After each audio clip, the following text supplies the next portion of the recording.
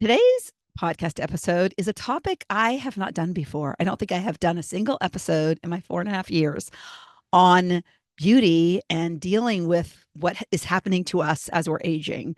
So I'm very excited to introduce you to Elise Marquam-Jahns and allow you to listen into our conversation because it was really fun. And I'll tell you in a minute how I found her and why I asked her to come on my podcast. But I did want to start out today before I got into the episode. For those of you who follow me on a regular basis, you likely know that my mom has been in hospice for a while and she has been in the last stages of her life. She passed away on the 16th of June. I am dedicating my next episode to my mom and the lessons she taught me in the last month of her life, the lessons I learned by going through the process of someone's end of life. I have been very lucky that I've not had to deal with this on a very close and intimate level before. I didn't have to sit by somebody's bedside while they and you didn't know if you were going to see them again. So I learned a lot. And you think you know it. And my mom, like I said, has been in hospice for a long time. And I thought it wouldn't be as emotional as it was. And it's been an adjustment because no matter what, when that person leaves, our spirits are connected to these loved ones. And so I had to process that. I was very sick as well in the month. You can still tell my voice is a little scratchy. And so just dealing with that and understanding how stress really impacts you physically. That's one of the things I learned. So I wanted to share this life event that I had anticipated honestly for a long time because my mom has been deteriorating for a long time and it has happened. I also wanted to share that if you didn't know, I am hosting a retreat. I did a retreat last fall. I'm doing another retreat. My Get Sparked Live retreat is in October, and I have registration open for it. And I have really not given it the attention it deserves. But obviously, I've had other things going on.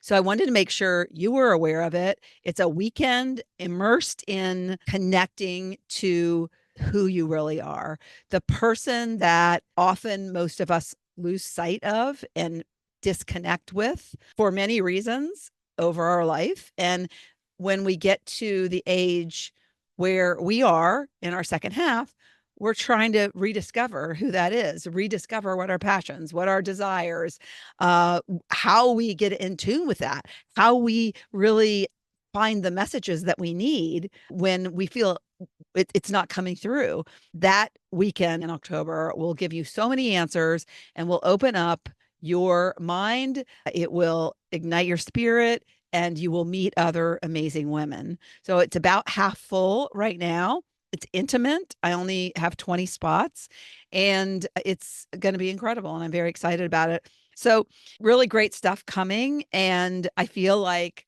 I can now transition into focusing on the future and not having to deal with the unknown that was in my day to day. Like I said, every day I didn't know she was going to be here. And it was a very slow process.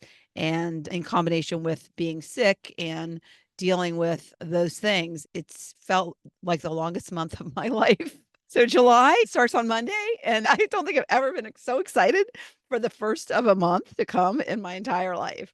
So bring it on, July, and you're out of here, June. That's how I feel. All right, so let's get to Elise. First of all, she is beautiful. And if you get a chance, go on my YouTube channel to watch the podcast because she's gorge and she is in her mid 70s. And we talk about how she, in midlife, transitioned from a career into a passion and got trained on this new passion. And in her 70s, she's taken this passion to an online business where has an amazing YouTube channel and she speaks on beauty and she helps people embrace their beauty. And the thing that I love too about her is I'm not somebody who's ever been into makeup, but she hit the nail on the head for me when she said, you have to customize it to who you are don't try to be the person that you see that wears all the makeup and you might admire if that's not your personal preference or your style or your personality. Do what works for you. Like I look at all the people and they're these artificial eyelashes, which are amazing, but I don't have time for that. I don't have patience for that. So I got to find some amazing mascara instead. But how I found her and why I wanted her to come on my podcast and have a discussion is because she did an article on eyebrows. And I'm very challenged with my eyebrows. In fact, if you're looking at this video, they're disappearing. It's like the disappearing act of Lori's eyebrows. I overplucked them in college. And just as we age, our hair gets thinner. So my eyebrows are disappearing. And she wrote an article about this template that has stencils cut out for just your eyebrows. It's a kit and it comes with eyebrow pencil and you can pick the color and you buy it on Amazon and it's you just put it on. Think of a Halloween mask that is just covering your eyebrows. And so I was so inspired by her article about eyebrows and about that template that wasn't very expensive. I went and bought it and tried it. And we talk about that in the interview. I think eyebrows are something that everyone can relate to. And this will help you if you are eyebrow challenged. But we also talk about her transition into this passion, getting online and figuring out YouTube and growing her YouTube channel in her 70s. We talk about beauty in general and dealing with that as you age and adapting to the different changes that are going on in your life as you age. The thing that I think is most important that we talk about is how to make yourself feel good. And that is a topic that everybody needs to spend a little more time on because you deserve to still feel beautiful and you deserve to live your best life. And makeup can help you do that. Why not make makeup a part of our conversation about how to live a more sparked second half? So Elise is here to do that. And she gets peppered with all my questions.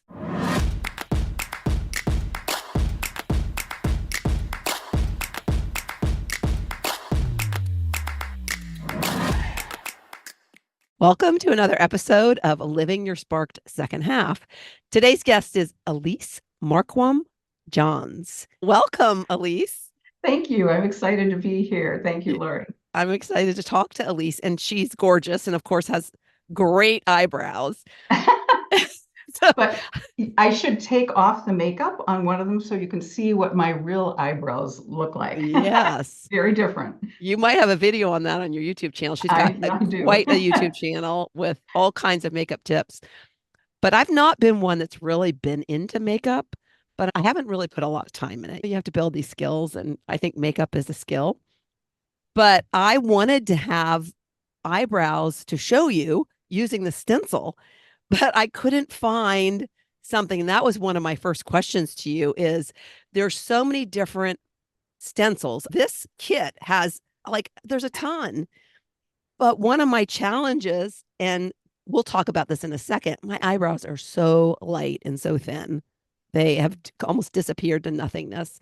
And I also have deep set eyes. And so my eyebrows are very close to my eye sockets. So that's another challenge. But when I was using the different stencils, I couldn't find one that aligned with my current shape. And so my question that I wanted to ask you is, do some people just completely pluck so they can get a shape out of a stencil? Or do you just try to find a stencil that can work? It's such a personal choice, to be honest with you, Lori. But I think for most people, most of us are pretty comfortable with wanting to stay pretty close to our natural look.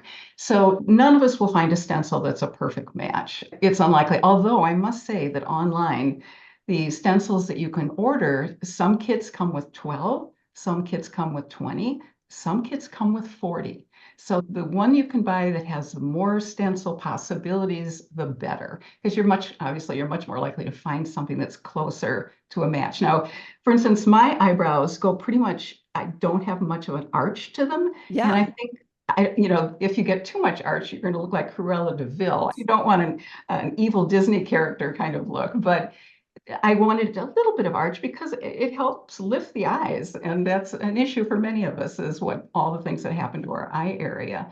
So I found a stencil that has a little bit of an arch, but I sort of just try to improve that area. And what's wonderful about the stencil is that often, and I bet this is the experience you had earlier, most stencils, you get one Yes. and you hold it up to your eyebrow.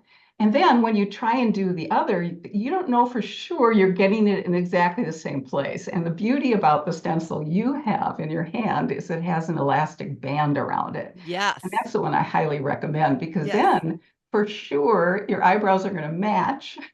I know. I'm putting it on so you can see on my And you YouTube channel.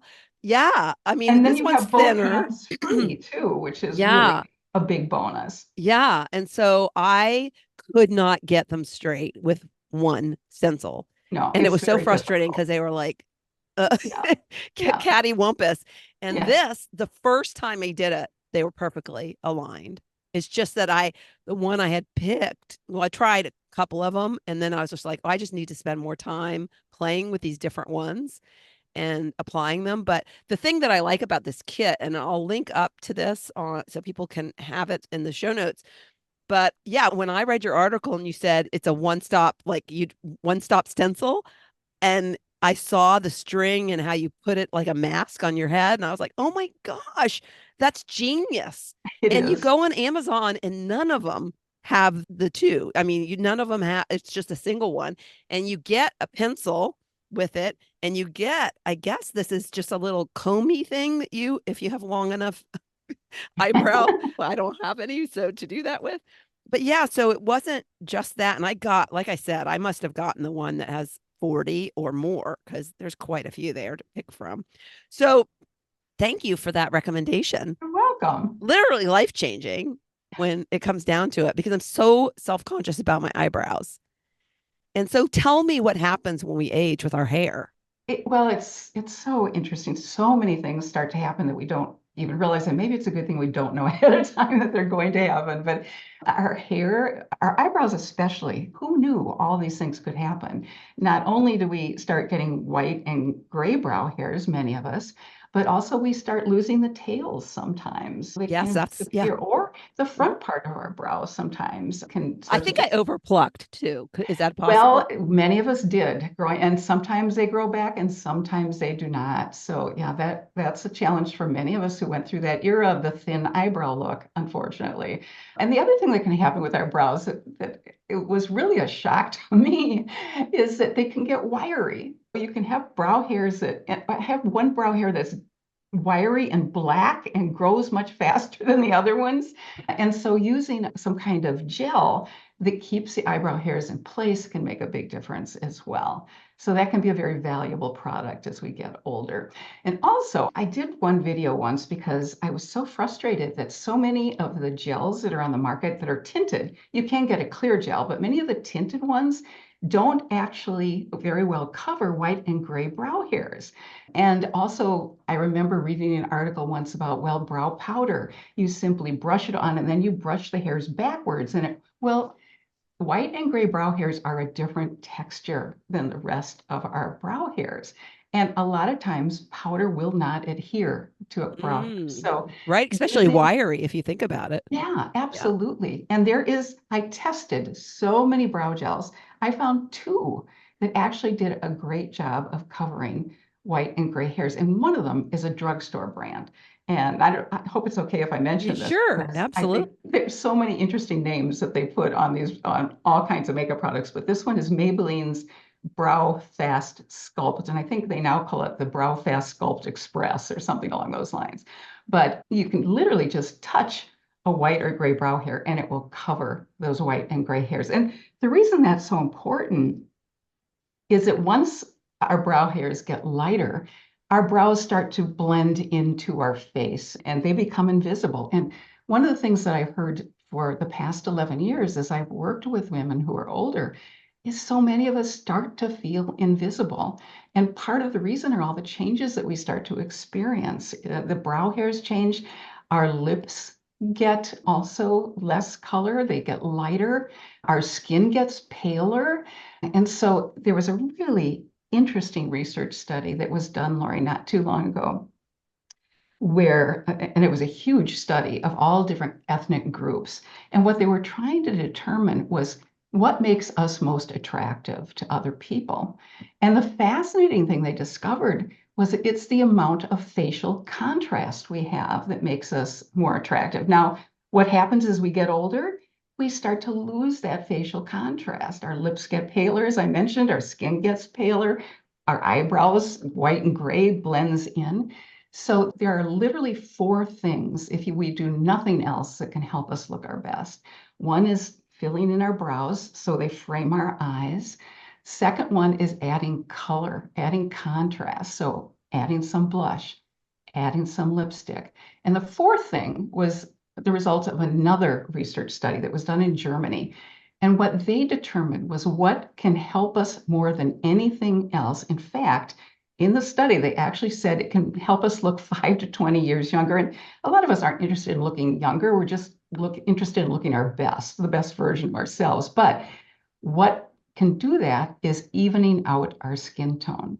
And so many of us, as we get older, we experience redness, we experience age spots, discoloration of all kinds, and even on our eyelids. You start to have maybe blue veins showing through, or our eyebrow our lids aren't the same color all the way across. That can make a huge difference. If I'm just running out of the house and doing errands, the one thing I'll always do is quick fill in on my brows, and I will put on an eye primer that matches my skin color because it makes my eyes look brighter and bigger, not to have that discoloration. Anyway, that's a Mm. long answer to your Yeah, it makes question. me think of my deep set eyes because I was told, and not that I do this because I'm not a makeup person really. I don't know if it's I don't want to spend the time or I've always gotten away with being a minimalist when it comes Yeah, to makeup, which is yeah. makes me feel kind of lucky.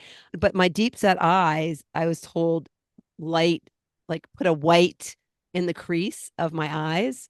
But one of the things I want to tell you is I never wore makeup ever, ever, ever until I went to college and I had roommates and they had makeup and they taught me how my mom used to wear makeup, but what she would do is she would put on blue eyeshadow and Really? lipstick.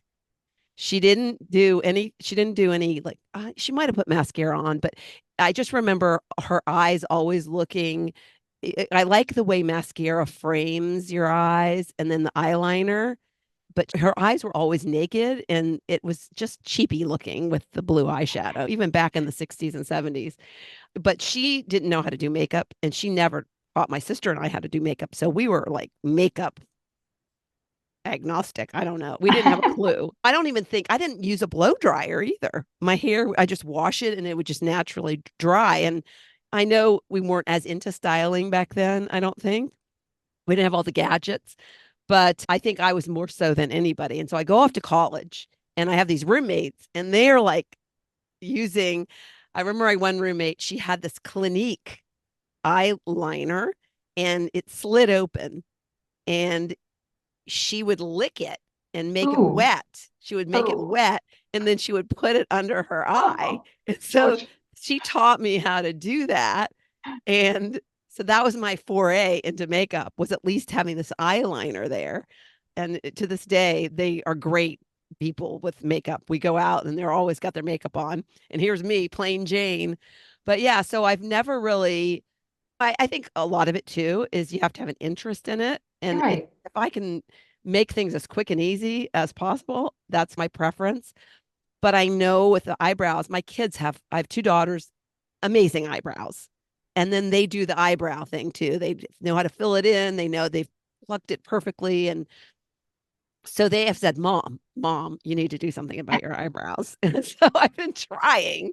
And Well, so when yeah, I you found touch you. on two things that are so important, I think, Lori. One is we have to honor what we're comfortable. A minimalist look can be absolutely gorgeous. And if that's what we're comfortable with, terrific. If we only want to put on mascara or maybe do the brows, again, so anything that makes us feel good is what I think makeup is all about. It's really about just having fun with it, enjoying it. Some of us think of makeup as an artistic expression. I know I had one woman comment on one of my YouTube videos, and she said, I so appreciate that you sometimes use color because we're told so often that we should only wear browns and grays and taupes and as we get older.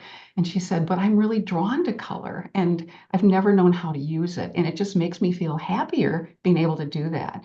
I had another woman who commented, and she had long COVID, and she Mm. said, even if I'm in pain or I'm struggling, if I put a little bit of makeup on in the morning, it just helps me feel better. So we're all different in this regard, Yeah. and whether it makes us feel better or not. But the other thing that I thought was fascinating that you touched on was your college roommates. Because I worked for 7 years as a makeup artist for a major cosmetic brand. And one of my early experiences was working with a woman by the name of Marcia. She was just a delightful person. She was 48 years old and she was getting married for the first time in a couple of weeks. So she wanted to learn how to do her makeup for her wedding. So we had a lovely time together. But at the end of our conversation, she said something that was really a light bulb moment for me. She said, my college roommate taught me how to do makeup, and I've been doing the same thing ever since. That is true for 99.9% of us because how do we know what to do differently? There's not a lot out there for us. If you look on the websites of major cosmetic companies, a lot of them have tutorials and videos. Do you ever see a woman over 45 or Mm. 40 on those videos?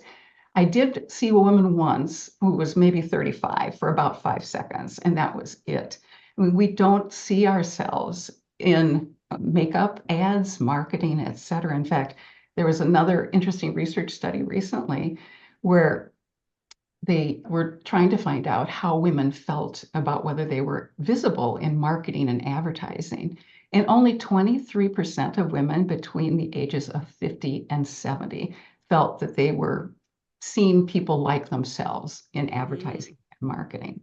So that's a tough thing as well, I think, for us to experience. But the good news is there are makeup techniques and products that can make a big difference for us as we get older because obviously a lot of things start to change. Our eye area, especially, it's probably the most wear and tear of anything, but there are things we can do. And that's what I especially love and what I feel passionate about is helping women look and feel their very best, no matter how much makeup or how little makeup they want to apply, but the techniques that can help them and the kinds of products that can help them. For instance, as we get older, maybe when we were younger, we used eyeliner, and many of us are not quite as steady with our hands if we want to use a liquid liner, for instance. So, what are the options? There's a much easier way to apply eyeliner that most of us wouldn't think about because we're just not familiar with it. And that is take a regular eyebrow pencil, take an eyebrow brush that's a small angled brush, rub it against the eyeliner so you get some product on the brush, and then use the brush to apply it. A brush is much more forgiving. You don't have to do it perfectly. It Mm. also doesn't look as sharp and focused. It's not as Yeah. harsh looking. So those kinds of techniques can really make a big difference. Yeah, what I've started doing for my under eye eyeliner is instead of using a pencil, and my one of my daughters told me this, she said use eyeshadow. Yes, So I got a absolutely. little brush that is really sharp on the edges, and I Yeah. just put that under, Yep. and it's great.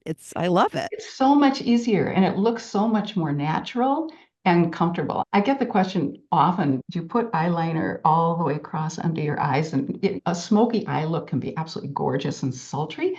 But if we put it all the way across, especially dark black eyeliner, it makes our eyes look smaller. And most of Mm. us want our eyes to look bigger. So Mm. adding it just a little bit on the outer third that helps lift our eye, bring it slightly up, that just gives our sort of that whole eye look more cohesion and it just helps lift that. There are a lot of little smoke and mirrors tricks with makeup that can be a Yeah, lot of that's fun. interesting because what came to mind for me is I have almond shaped eyes. And Hmm. when you go all the way across, doesn't it make sense that you're not getting rid of the almond shape? But if you Right. do it on the edge, it kind of opens up to more of a circle. Exactly. Yeah. See, I'm Exactly. learning. Well, the thing about Elise that I love, and you have to look at the YouTube channel to see this, is that your makeup is so tasteful because you have color. You have this very light lavender eyeshadow on that coordinates with your top, but it's so subtle that it doesn't detract from, some people just put way too much on, but it looks lovely. And then you have this bright lipstick, which is gorgeous. So tell me, because I always like to go back, and you said you were a makeup artist, but you told me before we hit record that you started as a high school English teacher, and I I was did. majoring in English. I did middle school for just a short period of time as a substitute and learned that I did not like it. So fortunately, I didn't Middle go that school is route. hard. Yeah. So how did you get into that? Because you clearly, I mean, did you love makeup when you were a teenager? I always enjoyed it. And I sort of liken it to one of my favorite things as a kid was taking the cardboards from my dad's shirts that he used to have and getting my crayons out and just having fun with color. And that's another thing about makeup that can just be such a delight is you can experiment with different color. And the one thing that I think is really interesting too is the big trend in makeup for the last few years has been pale lips, the nude lip look. And that can look beautiful, and certainly whatever makes us feel good is great. But as I mentioned earlier, our lips get paler as we get older, which again blends in with our skin even more. So adding a little bit of contrast with some color, obviously I go pretty bright and I don't mind that. That's not something that everybody loves, but just adding a little bit of color can make such a difference. It can really make our eyes and our lips come alive.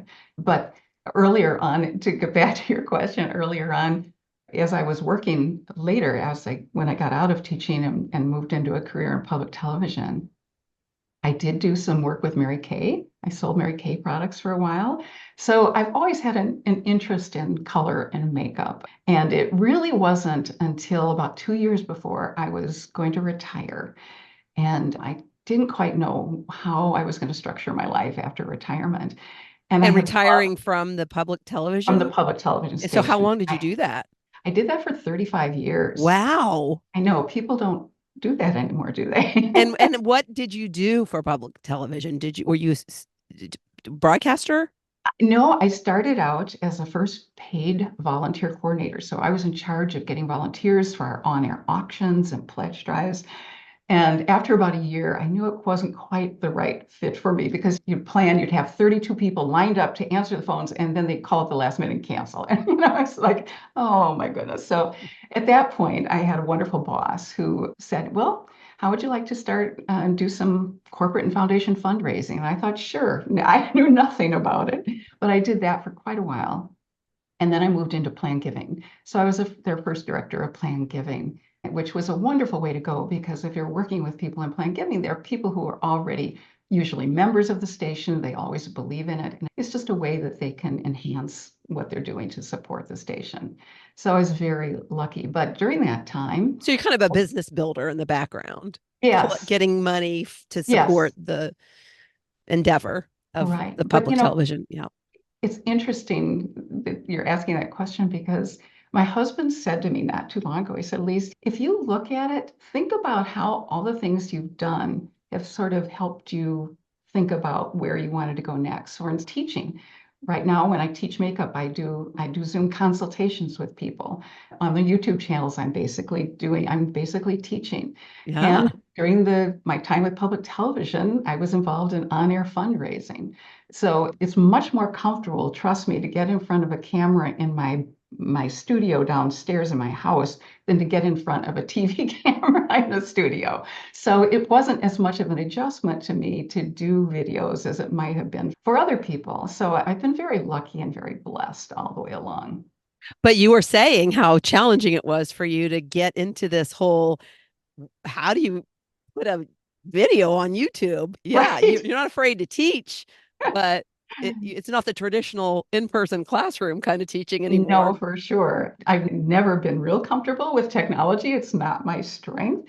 And as I shared with you earlier, if I had known what kinds of technology challenges were involved in not only setting up a YouTube channel, but then in editing, having to learn how to edit, having to learn how to use a tool like Canva, which is designed to do thumbnails. There were a lot of challenges, and there still are along the way. Some new things always pop up. So if I'd known that ahead of time, I don't know if I might have jumped into it, but sometimes being naive can be a blessing as well.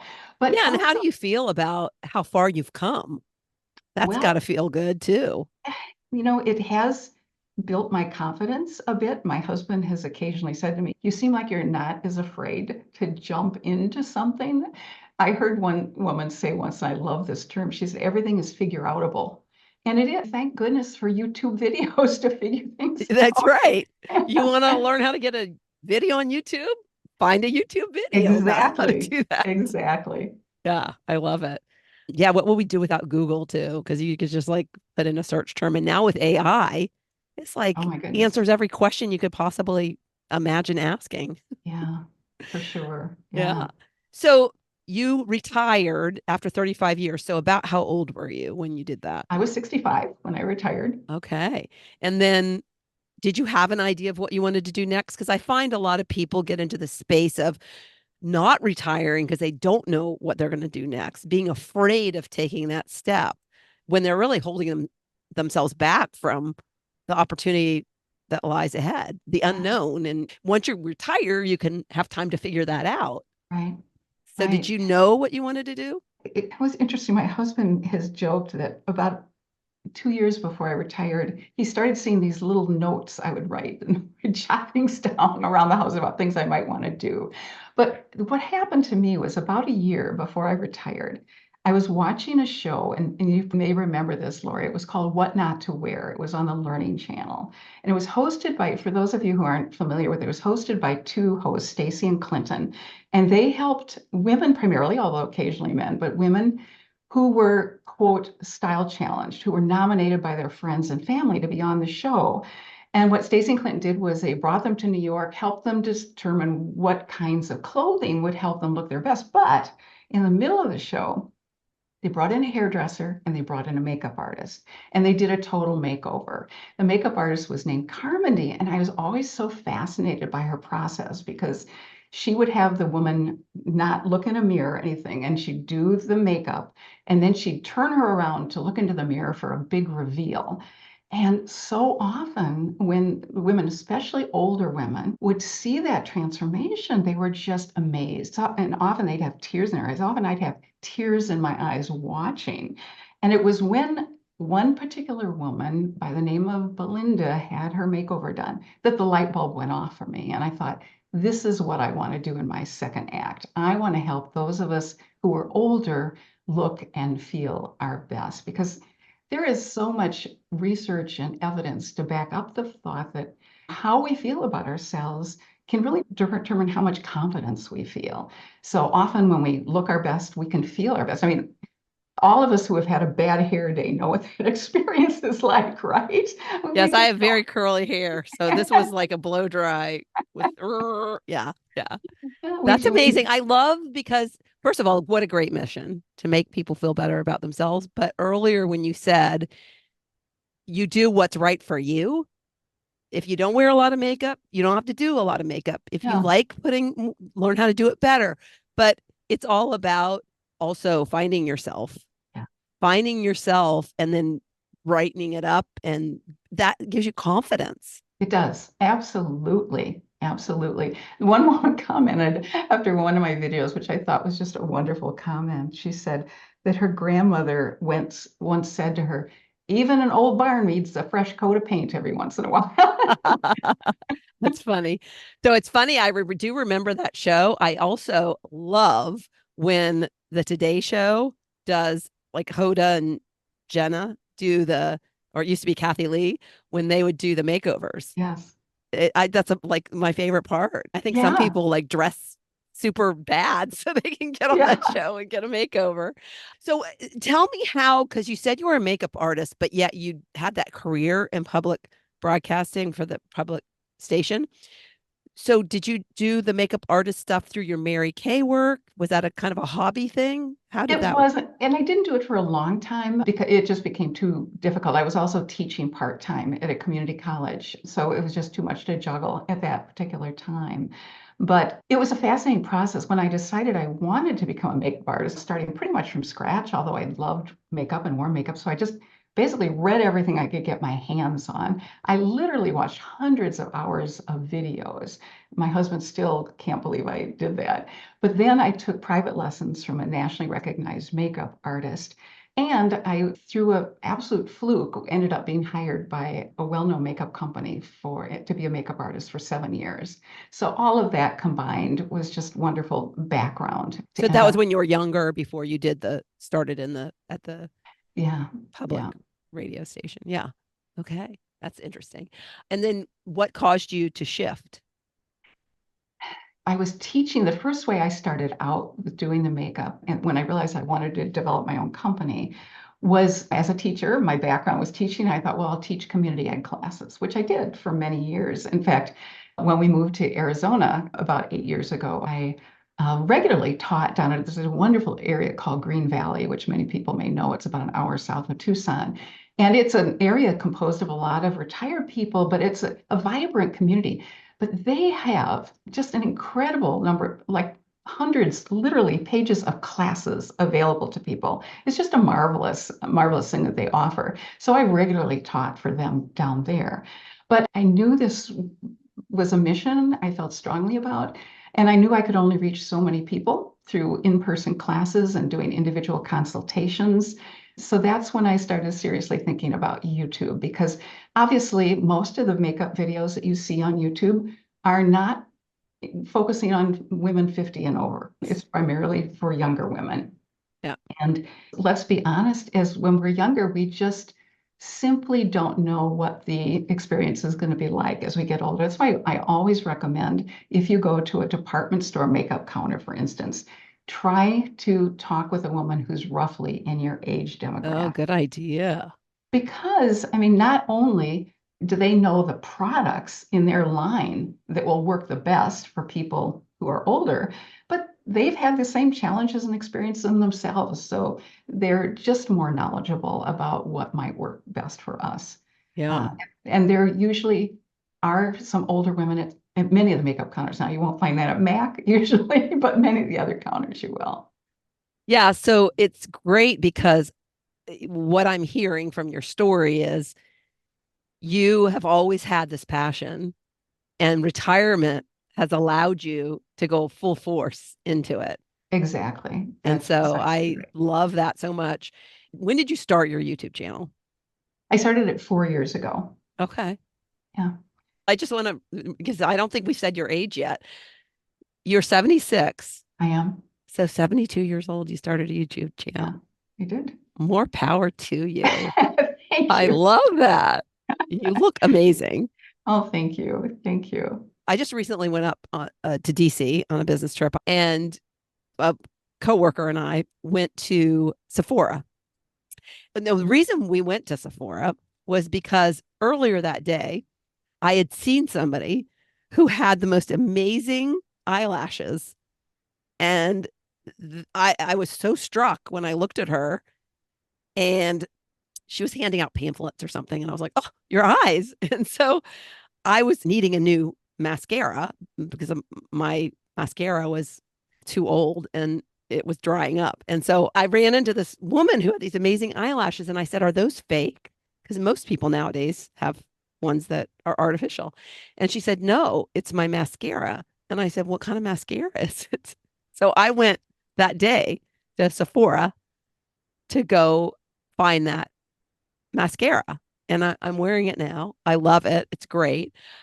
So my question to you is I find myself going to places sometimes and whoever I'm with, if it's whether a girls' weekend with my college roommates or my kids come into town and we go to Ulta or Mac or Sephora and I get all excited and buy stuff and then it sits in my drawer and I never use it. So what would you suggest for somebody who doesn't know? I love the idea of finding somebody your age and getting recommendations. So do you have recommendations about going shopping and what you should Oh, do? goodness, let's focus on foundation because I think that's a really important one. There's so many different ways you can approach it, and so many women really don't want a heavy feel. Luckily, makeup has changed because it used to be that heavy pancake makeup, and now there's so many wonderful options that are much more lightweight feeling.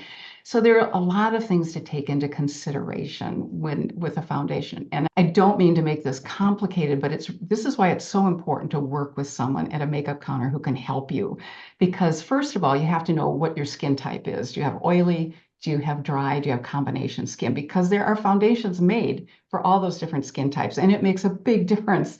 You certainly don't want to wear a really dewy, glowy foundation if you have oily skin because you'll look like an oil slick by the end of the day.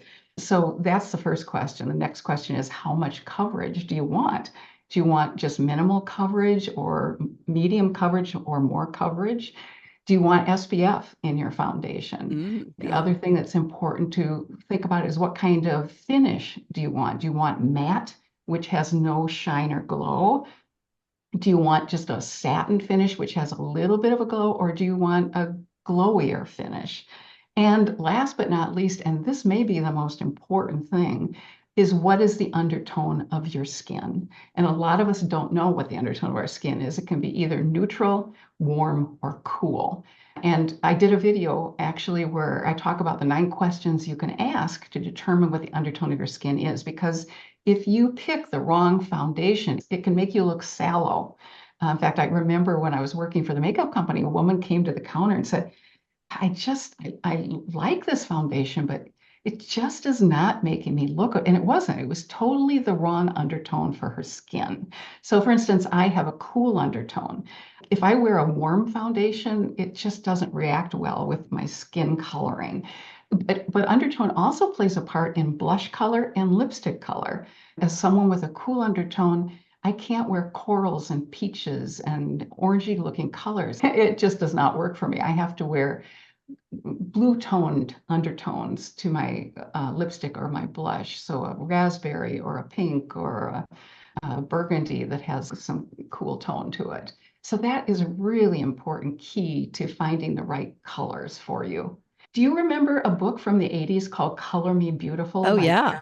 yeah, well, it's the same principle because she was talking about, and in fact, she talks about makeup in that book, but it wasn't an area most of us were focusing on. Most of us had those swatches for knowing what clothing color was going to work best for us. Yeah. And So, there was color parties. yeah, So people would exactly. come and do your colors for you. Exactly. Yeah. So it's the same theory. So if you know whether you're a spring, fall, Hmm. now they've made it a little bit more nuanced than that. But basically, if you're a winter or a summer, you have a cool undertone. Basically, if you're an autumn or a spring, you have a warm undertone. If you're neutral, you have about the same amount of pigmentation. And so you can get away with any colors, but probably not the most extreme colors. Not a bright fuchsia lipstick, but maybe a pink lipstick or a peach lipstick. So it's a really fascinating. I remember I was doing a makeover on a woman once in my home, and we were having a lot of fun. And the last thing was lipstick.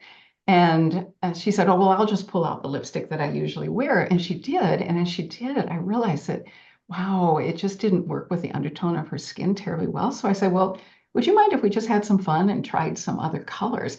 And if you're used to something, like if you're used to the same hairstyle or used to the same color lipstick, if you wear something different, it's going to be a shock. And it's sometimes you can't be real objective about whether it does look good. It takes a while to maybe settle in. Well, anyway, we tried this different color and I didn't know what she was going to say. She looked in the mirror for a long time and hesitated. And she finally said, "Oh my gosh, that makes me look so much better." And it did. I mean, it just lit. If you get the right colors, it lights up your Yeah. face, Yeah. I literally. think I'm winter, spring, because does it, I think autumn is more darker skin. And I think about that. And Yeah. And spring is lighter. is Yeah. more like, so I'm blue eyes, really Yeah. fair. So, and I like bright colors, like hot pink, look really good on me. You So, probably are very much a cool yeah, undertone. yeah. I am Yeah. cool. Yeah. Oh, that's great. All right. We need to wrap up. I could continue to talk to you, but I'm so grateful that I found this. What do you think of, and of course, as I'm trying to wrap up, I'm going to ask you a brand new question. What do you think microblading and tattooing Oh my eyebrows? goodness. Because I've looked into tattooing because I'm low maintenance, right? And I am so afraid of having something permanent that I don't like. Yeah. And I've seen some people that have had them that it's been very good, but I've seen some people, yet at the same time, it's like, that is scary. You Okay. know, for many years, I would ask in my classes if anybody had tattooing done or and what their experience was, because I've not done it and I wanted to hear what people's experiences were. And some people absolutely love tattooing. It just saves a whole lot of time. But if you do tattooing, you have to realize that you have to refresh it after 3 to 5 years because it can start looking blue or pink and look kind of odd. And you have to really do due diligence and research and finding someone who you can trust. Because I also heard horror stories of a woman who had had tattooing done for her lips and her eyeliner. And she said, it looked awful. It took her years and thousands of dollars, literally, to recover from it. And microblading can be absolutely beautiful. You have to do it though quite regularly, and it's pretty expensive. Mm, So there are pros and cons yeah. to all of those things. But the most important thing I think I can say is you have to really, really be careful with the people you work with. Make sure Yes. they're going to do the right kind of job for you. Yeah. I just went and had a facial. It was a Christmas gift. So I'd never been to this place. And so I just randomly picked somebody with the appointment, but she was hard to get an appointment with. It took me a couple months to get an appointment. So I figured she's good. Right. I loved her. She is 65 my age. So I was like, oh my gosh, she knows what I'm going through. And she Exactly. does do microblading. And so I'm gonna look her back up and talk more about it. But I think what you're saying, and I so agree, is find people who are customers of that person Yes. so you can get referrals. Because Yes. I think of two tattoo artists, you got to really have somebody who specializes Yes. in that and not just doing tattoos Right. on the arm, so to speak, because permanent makeup is something that's hard to undo. Yeah, exactly. I can always take off if I don't like that stencil, I can always rub it off, right? Well, that is the wonderful thing about makeup. You can experiment, have fun, and at the end of the day, you can remove it really easily. Yeah. And what do you recommend for a makeup remover? Oh, I'm so glad you asked that question because there is a product that's been out fairly recently. It's called micellar water. And a lot of different brands make a version of micellar water. It's Micellar, I believe. And it was developed by the man who's actually runs a company called Bioderma. And I like their version. I think they make the very best. What it does is it literally attracts dirt and particles of makeup. And it's much gentler on especially for eyes. What I highly recommend is just taking a cotton pad and soaking it with some Bioderma or micellar water and just letting it sit. If you've worn eye makeup, let it sit for a minute to help dissolve the product and then gently wipe away because that skin is so delicate around the Yeah. area. I did an interesting experiment once, Lori, where I used to go out at the crack of dawn when we lived in the Tucson area to go walking. You have to in the summer. And I'd slather my face with sunscreen and I'd come back. Well, once I came back and I hopped in the shower without taking the sunscreen off, which I usually did. And I thought, well, I'll just use soap and water and I'll do it a couple times. I'll be fine. Well, I thought, wait a minute, I'm going to test this. And when I got out of the shower, I took a cotton pad with micellar water and I rubbed it over my face and it came off caked with sunscreen. So soap and water doesn't Oh, necessarily do it.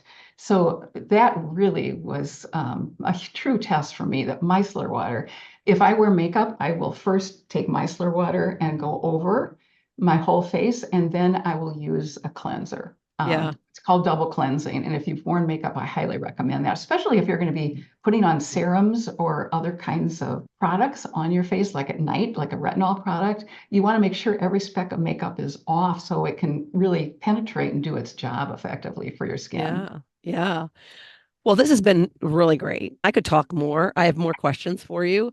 But what I think would be great is for you to come back. I think we should do a whole episode on like cleansing because I use these towelettes that are and they're strong. I mean, they Yes. feel like it's like putting isopropyl alcohol on your face. And Yeah. then I like rub, and I know that's not good. And Yeah. so I love the how we ended with that, because I think that we need to do a dot dot dot and do a That would second be lovely. episode. I Yeah. would And enjoy that. I'm thinking about, I'm really seriously thinking about doing the micro braid blading thing. And then we could talk about that too, my Yeah, that would be experience with great. that. Wouldn't that be great? It Yeah. would. So, anyways, thank you so much for being here. Any My last pleasure. words to the people who struggle with eyebrow, you know, pencils or eyebrow diminishing or Yeah. invisibility? And it happens to a lot of us. Yeah, the disappearing eyebrow. Yes. Yes. It's not the invisibility cloak that Harry Potter has, it's the invisibility eyebrows. Uh, but anything you want to add to the end there? Oh, just I so appreciate what you do, Lori, for midlife and beyond women. Thank you so much for your work as well. Really Oh, appreciate it. well, yeah, I love having my podcast because I think there's so many topics for us. And what you were saying about we don't see ourselves so much. And I think about all the diversity pushing that's going on right now, which I think is really great because I'm just this white girl that grew up watching white girls on TV. And you think, well, and I hear this from people of different races that they would watch these shows, but they never really could see themselves in these Yeah. shows. Yeah. And it's so funny because there's a lot of great diversity now on shows. But in terms of age, they just had the Golden Bachelor. I think that's great. And apparently it did really well. It did. People loved seeing the older people. That gives Yes. you hope. And Yes. I didn't think about that, but it's true because we become invisible and Yeah, I we, was so shocked that that got on the air, and I was so grateful that it got on the air. Absolutely. yes, yeah. I didn't watch it until the very end, but that didn't work so out so well for them. But the Golden Bachelorette is coming up, I That's understand. right. That's right. So thanks so much for being here. Thank you for responding when I reached out to you.